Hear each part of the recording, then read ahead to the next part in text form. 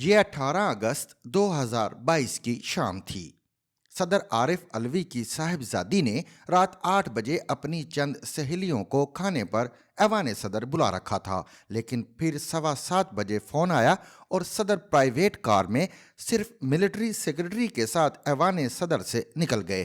ان کے ساتھ پروٹوکول اور سیکیورٹی کی کوئی گاڑی نہیں تھی۔ اس رات army chief general Qamar Javed Bajwa سے طویل تعطل کے بعد ان کی پہلی ملاقات ہوئی۔ صدر عارف علوی کی خواہش تھی آرمی چیف عمران خان سے ملاقات کریں تاکہ دوریاں ختم ہو جائیں۔ جنرل باجوہ آج بھی مانتے ہیں صدر علوی نے پورے اخلاص کے ساتھ کوشش کی۔ یہ عمران خان، فوج اور ملک تینوں کے لیے فکر مند تھے، لیکن عمران خان نے ان کے اخلاص کو وقت نہیں دی اور یوں مسائل بڑھتے چلے گئے۔ صدر اگلی صبح 19 اگست کو فیملی کے ساتھ کراچی چلے گئے، لیکن پھر اسی سپہر انہیں فون کیا گیا اور یہ فوری طور پر واپس آ گئے۔ یہ نور خان ایئر بیس پر اترے اور انہیں پرائیویٹ کار میں پروٹوکول اور سیکیورٹی کے بغیر آرمی چیف ہاؤس لے جایا گیا اور یہ رات 1:30 بجے تک وہاں رہے۔ صدر نے اس رات کھانا بھی جنرل قمر جاوید باجوہ کے ساتھ کھایا۔ یہ اگلی صبح 20 اگست کو دوبارہ کراچی چلے گئے۔ انہیں تیسرا فون کراچی میں آیا اور 22 اگست کی رات 8 بجے ایوان صدر میں عمران خان اور جنرل باجوہ کی ملاقات طے ہو گئی۔ یہ ملاقات انتہائی خفیہ تھی۔ ایوان صدر کا گیٹ، لفٹ اور صدر کی رہائش گاہ کو مکمل خالی کرا دیا گیا تھا۔ کھانے کی میز پر 4 کرسیاں لگائی گئی تھیں اور کھانا بھی مہمانوں کے آنے سے پہلے لگا دیا گیا تھا، اور اس میں بھی یہ خیال رکھا گیا تھا کہ کسی کو کسی سے کھانے کی کوئی چیز نہ مانگنی پڑے اور کسی کو کوئی چیز اٹھانے کے لیے کرسی سے بھی نہ اٹھنا پڑے۔ عمران خان 7:45 بجے شبلی فراز کے ساتھ ایوان صدر میں صدر کی رہائش گاہ پہنچ گئے، جبکہ جنرل باجوہ میجر جنرل محمد عرفان کے ساتھ 8 بجے پہنچے۔ شبلی فراز اور جنرل عرفان ویٹنگ روم میں بیٹھ گئے۔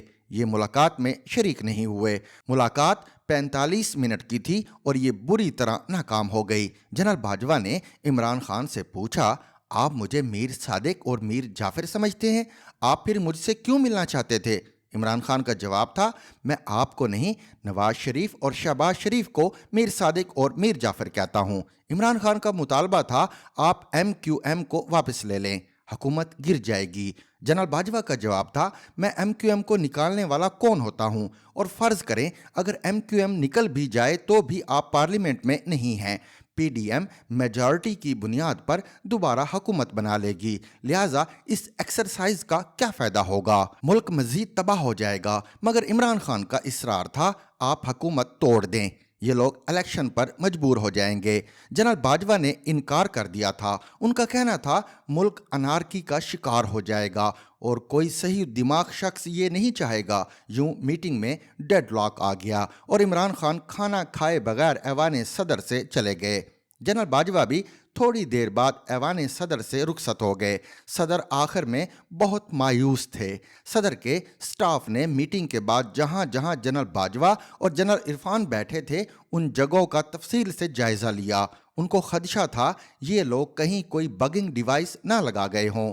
یہ حرکت بعد ازاں رپورٹ ہو گئی اور فوج نے اس پر ٹھیک ٹھاک مائنڈ کیا۔ 3 اور 8 سپتمبر کو یہ ایکسرسائز دوبارہ دہرائی گئی۔ صدر پرائیویٹ کار میں ایوان صدر سے نکلے اور ان کی اسلام آباد اور راول پنڈی میں 2 ملاقاتیں ہوئیں، اور عمران خان کی جنرل باجوہ سے دوسری ملاقات سپتمبر میں ہوئی۔ جنرل باجوہ صدر سے ہر ملاقات کے دوران صرف ایک ہی بات کرتے تھے، آپ عمران خان اور میاں شہباز شریف کو اکٹھا بٹھا دیں، تمام سیاسی مسائل کا حل صرف ان کی ملاقات سے نکلے گا۔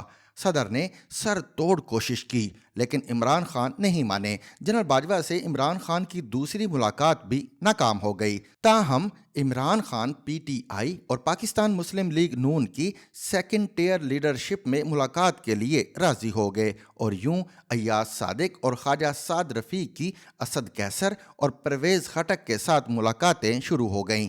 ان ملاقاتوں میں بعد ازاں اور لوگ بھی شامل ہو گئے اور یہ فارمولہ طے ہو گیا، دسمبر میں حکومت مستعفی ہو جائے گی، میاں نواز شریف کے کیسز ختم ہو جائیں گے اور یہ واپس آئیں گے، 6 ماہ کی کیئر ٹیکر حکومت بنے گی، الیکشن جون میں ہوں گے، سکندر سلطان راجہ الیکشن کمشنر رہیں گے اور جنرل باجوہ الیکشن کے بعد ریٹائر ہوں گے۔